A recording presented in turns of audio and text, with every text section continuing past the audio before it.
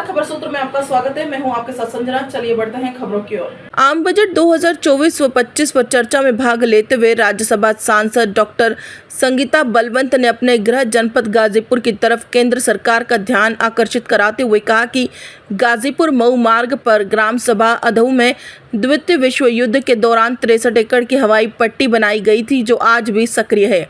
संगीता बलवंत ने सरकार की महत्वाकांक्षी उड़ान योजना के तहत विमान सेवा स्थापित कराने की मांग रखी। साथ ही संगीता बलवंत ने कहा कि विमान सेवा शुरू होने से जनपद गाजीपुर के साथ ही जनपद मऊ, बलिया, आजमगढ़, चंदौसी तथा सीमावर्ती बिहार प्रांत के कई जिले के लोगों को आवागमन के लिए सुविधा होगी। खबर सूत्र के लिए उत्तर प्रदेश गाजीपुर से रजत श्रीवास्तव की रिपोर्ट।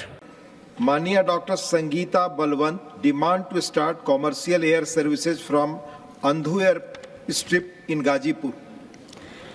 माननीय उप सभापति महोदय जी, आपने मुझे एक जन कल्याणकारी विषय पर बोलने का सुअवसर प्रदान किया, इसके लिए मैं आपका आभार व्यक्त करती हूँ। आज़ादी के 67 साल बाद 2014 से पहले संपूर्ण भारतवर्ष में मात्र 74 एयरपोर्ट थे। 2014 के बाद यशस्वी प्रधानमंत्री माननीय श्री नरेंद्र मोदी जी के नेतृत्व वाली सरकार में पिछले 10 वर्षों में एयरपोर्टों की संख्या में दोगुनी वृद्धि हुई और एयरपोर्टों की संख्या बढ़कर 148 हो गई है।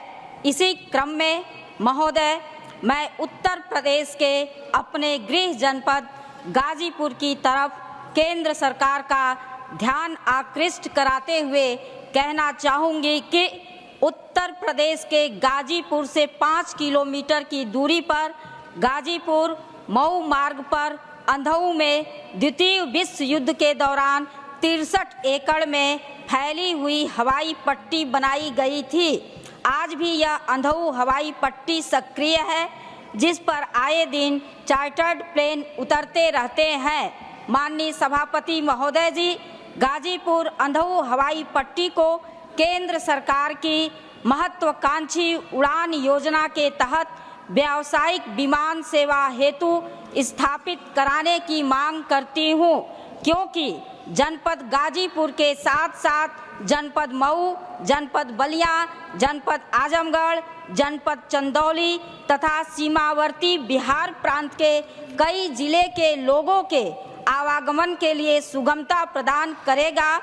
इन जगहों के लोगों के लिए लाभकारी सिद्ध होगा, क्योंकि इन जनपदों के नागरिकों को हवाई यात्रा हेतु 50 से 150 किलोमीटर तक का सफ़र तय करके वाराणसी या गोरखपुर एयरपोर्ट जाना पड़ता है। माननीय महोदय जी, मैं 2 पंक्तियां कहकर अपनी वाणी को विराम दूंगी। ये पंक्तियां मेरी स्वरचित है। कहना चाहूँगी, ताज पहनने की चाहत तो सबको है, ताज पहनने की चाहत तो सबको है, पर आदमी उस लायक होना चाहिए। ताज पहनने की चाहत तो सबको है, पर आदमी उस लायक होना चाहिए। तकदीर जो देश की बदल दे, तकदीर जो देश की बदल दे, मोदी जैसा नायक होना चाहिए, मोदी जैसा नायक होना चाहिए, मोदी जैसा नायक होना चाहिए। बहुत बहुत धन्यवाद। धन्यवाद डॉक्टर संगीता जी।